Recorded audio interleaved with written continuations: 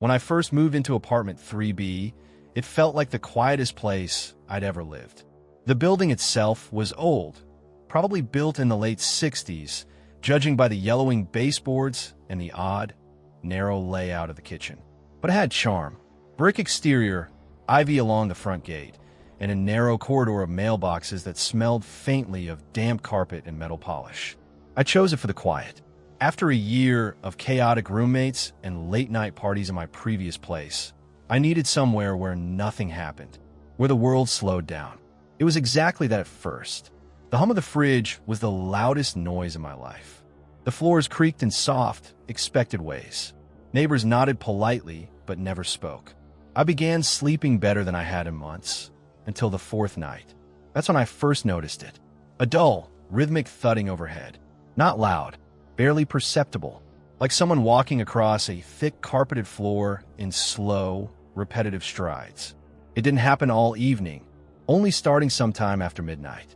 Always the same sound, thud, thud, thud, pause, then again. Not chaotic or hurried.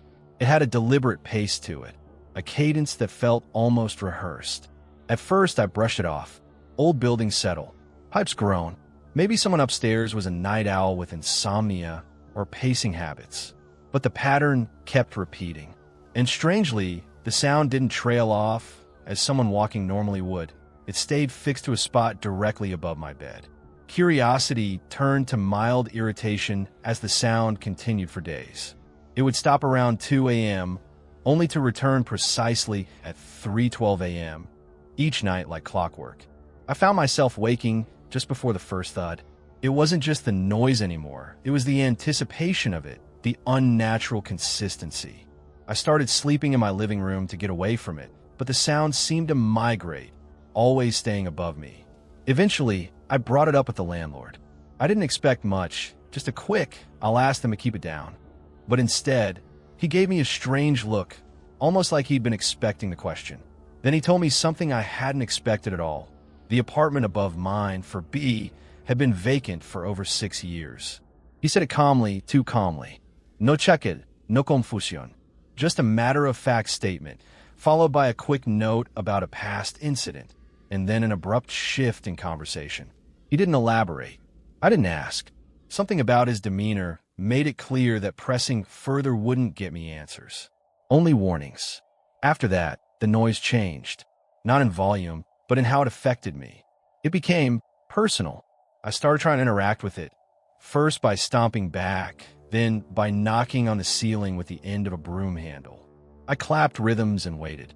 I tested it with deliberate sequences, 2 quick knocks, a pause, then 1 long drag. Almost every time the sound returned mimicked, not immediately, but close enough to feel like a reply. That's when I knew something was wrong, really wrong. I began logging everything. I kept a notepad by the bed, writing timestamps, duration, patterns. One night, I turned on white noise in my earbuds to drown it out. I could still hear it, not through the sound, but as a pressure, deep, muffled vibrations that thudded against the base of my spine. Another night, I played music through noise-canceling headphones. The rhythm still reached me, thudding in sync with my heartbeat until it didn't. Until it set its own pace. Faster, then slower, then stopping altogether for minutes at a time, just long enough for me to start drifting off before it resumed at full force. My sleep schedule shattered. My appetite dropped. I found myself pausing at work, writing timestamps on sticky notes without realizing it. 3:12, 3:19, 4:07. I started dreaming of ceilings. Eventually, I decided I needed to see for myself. I didn't have access to the upstairs unit, but there was a narrow hallway on the 4th floor that overlooked the shared courtyard. If I stood on the far end near the window, I could just see the edges of the 4B unit. I borrowed a ladder from the utility closet, propped it against the hallway window, and peered in. Well, I saw knock the air out of my lungs. The windows of the apartment above mine, every one of them, were boarded shut from the inside. Thick wooden panels, nailed across the glass, aged and splintered like they'd been there for years.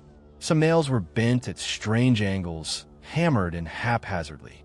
Not for renovation, not for security, for sealing something in. And from behind those wooden planks, I thought I saw movement. just for a second, a shifting shadow that didn't belong to me.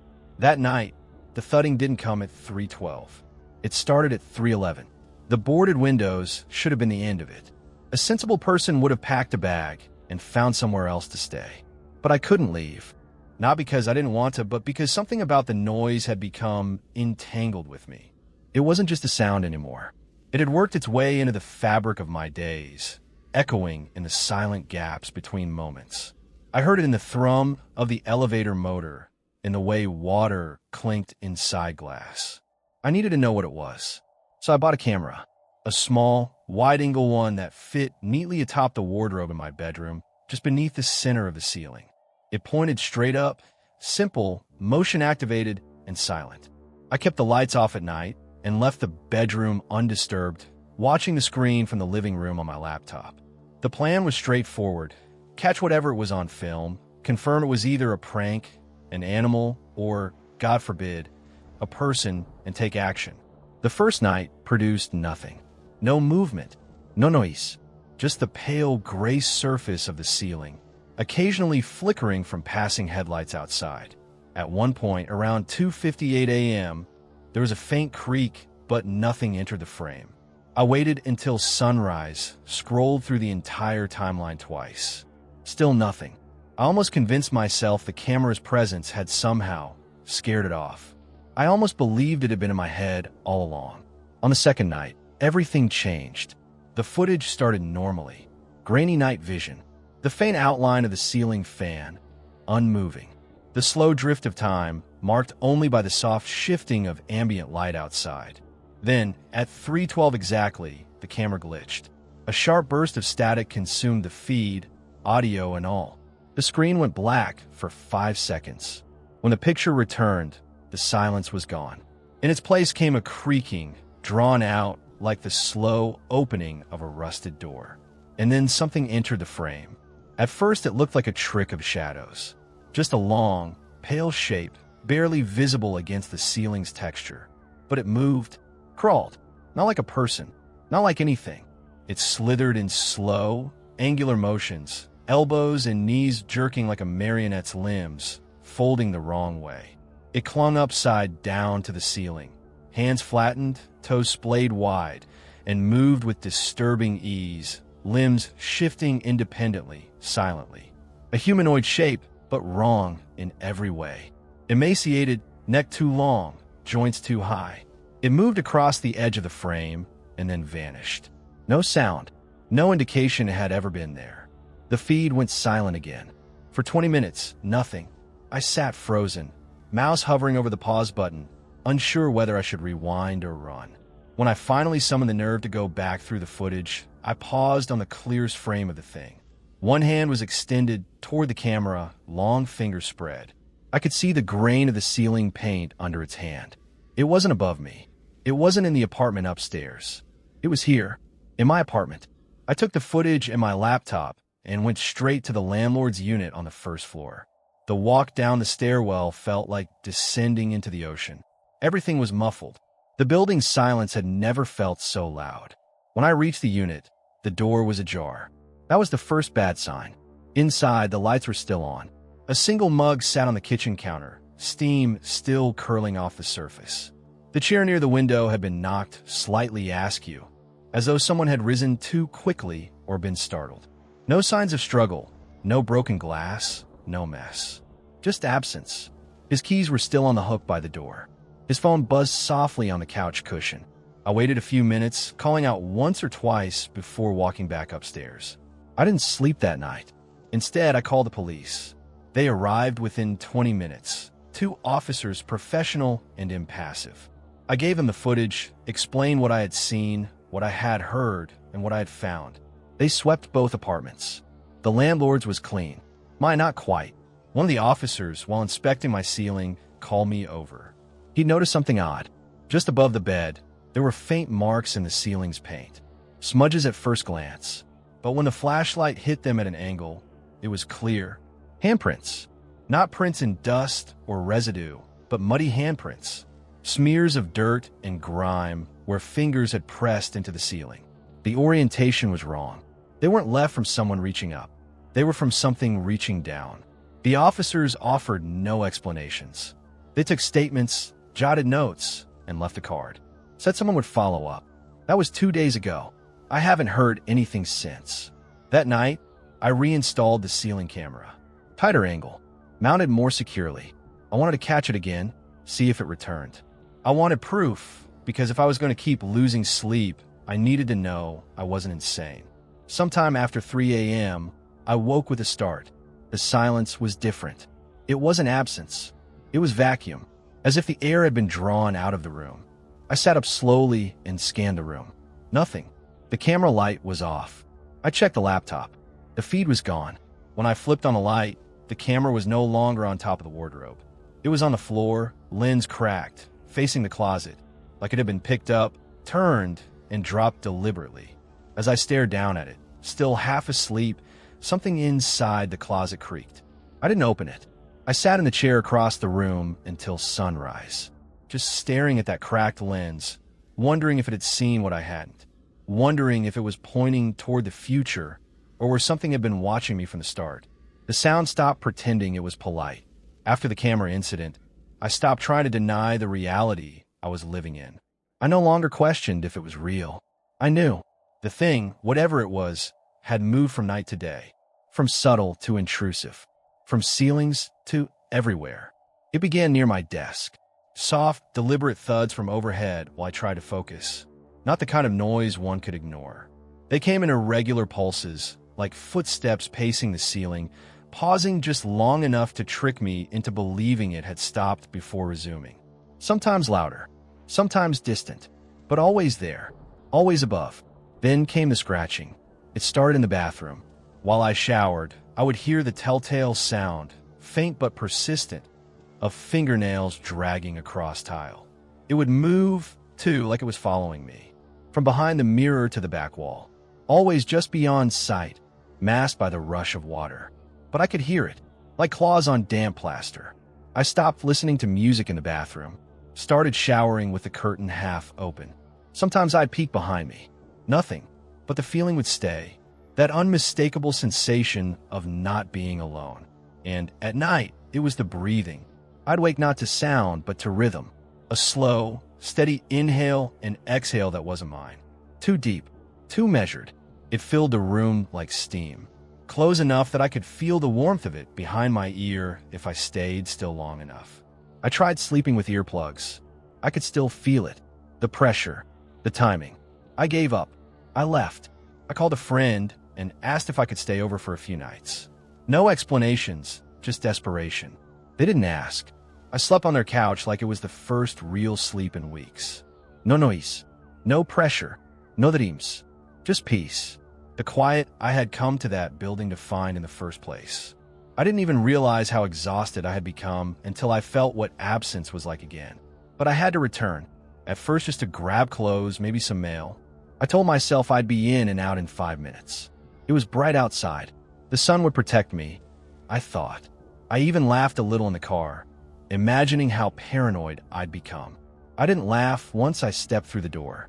The apartment was different. Not trashed, not ransacked, rearranged. Books I hadn't touched in years were stacked on the floor in spiral formations. Small towers coiling outward in perfect patterns, their spines aligned with eerie precision. My silverware had been removed from its drawer and laid out on the living room carpet. Spoons in concentric circles, knives all pointing inward. The refrigerator door was closed, but humming. Not the usual hum of an aging compressor, but something else. Tuned, melodic. It almost sounded like whistling, like someone humming a song that had no beginning or end. I didn't stay long. I grabbed a bag, stuffed it with clothes, didn't check to see what I took. I should have left then. I should have gone back to the couch, to safety. But fatigue pulled at me like gravity. I told myself I could handle one night. Just one. I was stronger now. I knew what I was dealing with. So I slept there, in my bed. It didn't wait until 3:12 this time. I dreamed of the ceiling opening above me, the drywall peeling back like flower petals. A pale light poured in, not warm, but cold and white like the beam of a hospital lamp. I was lifted from the bed, not upward exactly, but away from the world I knew, up into that endless, sterile void. There was no sound except for a soft clicking, like bones snapping in rhythm. I couldn't tell where it came from until I saw them. Teeth. Dozens. Hundreds. Not in a mouth, but suspended around me like stars. Clicking in sequence. Laughing, maybe, or praying. I couldn't tell the difference. I woke up drenched in sweat. And something else. The pillow beneath my head was soaked in red. Not crimson, not fresh, brown red. Stale, rusty. My hand went to my nose, expecting the warm wetness of a nosebleed, but it was dry. My face was clean. The blood hadn't come from me. I followed the line with my eyes.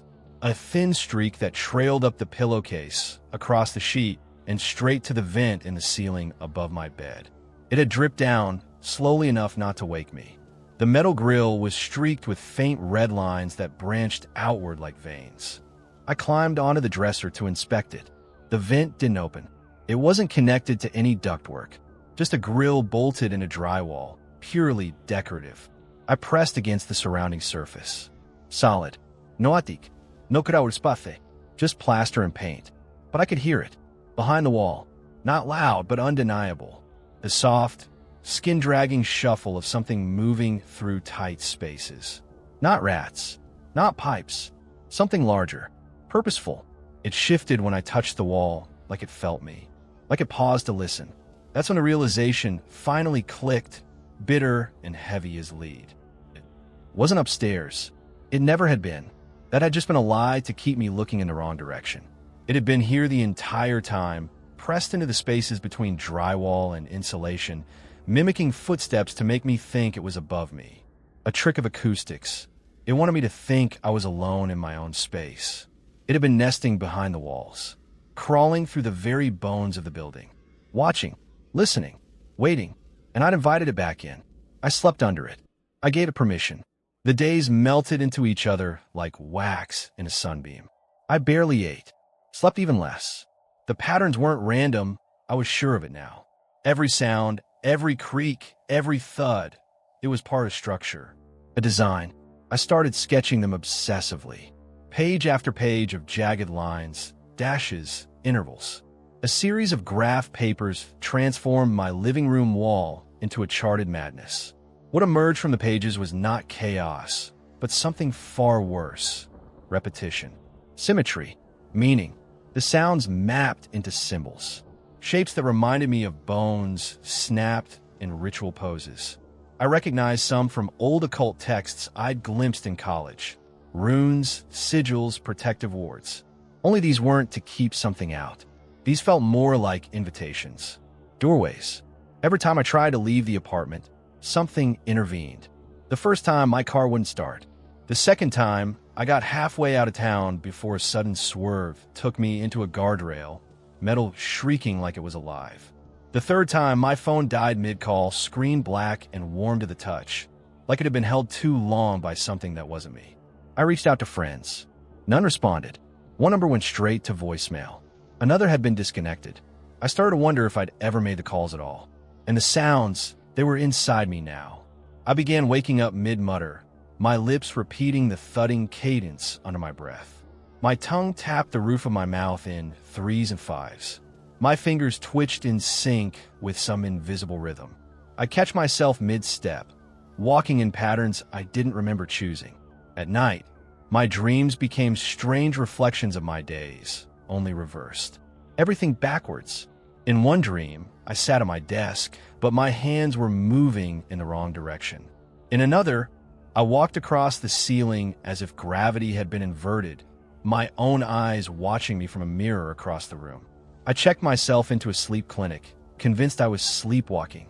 They wired me with electrodes, promised surveillance, promised peace. I lay under hospital white sheets, staring into a corner of the ceiling until sleep finally dragged me down. I woke up in my apartment, door locked from the inside. Same room, same peeling paint, same dent in the wall by the closet where I'd once thrown a chair. Nothing had changed, except the blinking red light in the corner. A camera, not mine. I didn't remember installing it. It was newer, smaller, and it was watching me. I pulled the footage. At exactly 3:12 a.m., I sat upright in bed. Then the screen glitched. For half a second, the video went black. When the image returned, I was still in bed, unmoving. But something else had changed. In the mirror across from the bed, my reflection had risen. Not slowly, not like a person waking. It stood in a single, fluid movement and stepped away from the mirrored glass. My real body lay still, breathing steadily. The reflection crept across the floor, long limbs bending wrong. Its eyes were wide and vacant, mouth half open as it moved toward the wall. And then it began to climb, not in the camera's view, but in the mirror. The creature was scaling the ceiling in the reflection, its joints popping and rotating like wet sticks. I stared, frozen, as it mimicked the same sounds I had heard for weeks. Thud, thud, pause, scrape, like a corrupted record. Then, in the reflection, it turned. It looked at me, not at the camera, not at the real me in the bed. It looked out from the mirror, directly into the screen, and smiled. I replayed the video again and again, trying to catch it moving in the real world. But it never did. Only the reflection moved. My body never left the bed. My limbs didn't twitch. My mouth didn't open. It was the thing in the glass. The thing I thought was a dream. The thing that had been mimicking me so well, I didn't notice it had replaced me. At least in part. That's when I understood. The creature wasn't living in the ceiling. It was crawling across the mirror world ceiling, a place that ran parallel to mine, just a pane of glass away. It had studied me, mimicked me, learned my sounds, my rhythms. It used my habits as camouflage. My body was just the blueprint. It had been watching me long enough to know how to be me. But now it wanted out, and I don't know how much longer the reflection plans to stay in the mirror. There was a period where I tried to pretend I hadn't seen it. I told myself the footage was corrupted, that stress was affecting my memory, my perception. But each time I closed my eyes, the image returned. The reflection slinking across the ceiling, limbs too long, head cocked at a stiff, unnatural angle, mouth twitching in silent imitation. Worse than that smile was the familiarity in its movements. A copy of a copy, just degraded enough to be wrong. The mirror in my room became a threat. I covered it with a sheet, taped the edges down tight, but the fabric would shift at night.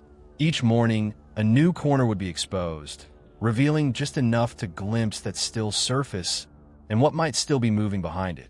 Eventually, I removed the mirror entirely, tucked it behind the wardrobe. I didn't want to see it anymore. But the reflection didn't need glass to exist. The thing had learned how to stretch beyond the boundary. It had begun expressing itself elsewhere. Reflections in the window when the blinds weren't fully shut, flickers in the television when the screen went black, warped faces staring back from a silver curve of a spoon. Sometimes, if I moved too fast, I could catch it following half a beat too late. I would step forward, and the mirrored figure would hesitate just slightly, as if struggling to remember how my muscles worked.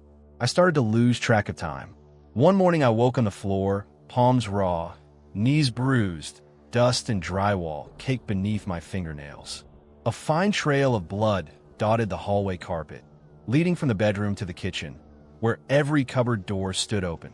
Inside, glassware had been stacked into tight pyramids, reaching precariously toward the ceiling. There were no fingerprints, nothing to suggest a break-in.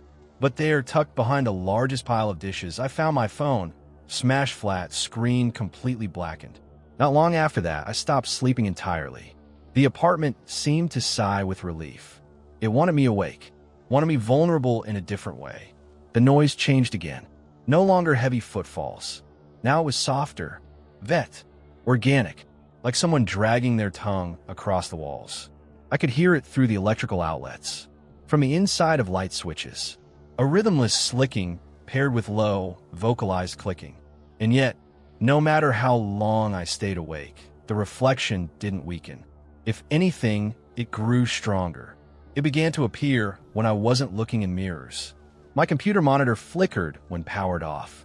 The reflection showed me things I hadn't seen. Myself, standing in doorways I never passed through, mouthing words I couldn't hear.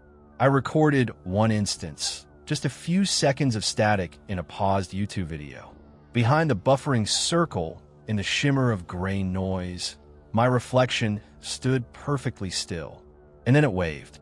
That was the last time I used my laptop. I tried to return to the clinic. They said I never completed my session. No record of me ever checking in. I told them I had footage, but when I went to retrieve it, the files were gone, replaced with empty folders named in gibberish, looping strings of symbols that looked eerily familiar. The same runes that had formed from the sound maps. Geometry made manifest. I turned to the walls then, ripped the drywall away in patches, exposing the insulation, the beams, the pipes. I was looking for a gap, a passage, some explanation. Instead, I found mirrors, small shards embedded between studs, thin slivers of reflective glass nailed into the frame. Some had been there, so long the silver had flaked away. Others looked clean, new, not professionally installed, just wedged in a place with blackened screws. I followed the pattern around the apartment. They were everywhere, in corners above doorways, behind the fridge, a lattice of reflections running silently behind my walls, forming some kind of circuit, a network. I smashed them all, or at least I thought I had. The night that followed was worse than any before. Without the mirrors, the noise had nowhere to go. It filled the apartment like smoke. My ears rang. My teeth ached. I watched as the walls seemed to pulse with unseen breath, expanding, contracting. I saw light seep through the outlets, soft red, like blood behind closed eyelids. And then the reflection came back. Not in a mirror this time, not in a screen. I saw it in myself. Standing in the bathroom, hands trembling as I brushed my teeth, I noticed it. My reflection blinked. Once, twice, too slowly. Then it smiled before I did. Just a heartbeat early. Barely noticeable, unless you were watching for it. I tested it. Raised my left hand. The reflection hesitated. Raised the right instead. I ran. Locked myself in the bedroom. Smashed the light fixtures. Sealed every reflective surface I could think of. I taped over the clock's display. Pulled the metal doorknob off and hurled it across the room. But still I could feel it. Watching me. From somewhere beyond angles. From the wrong side of symmetry. The final straw came 3 nights later. I'd fallen asleep by accident, propped against the bedroom wall, arms crossed tight around myself. When I woke, it was still dark. Quiet. Too quiet.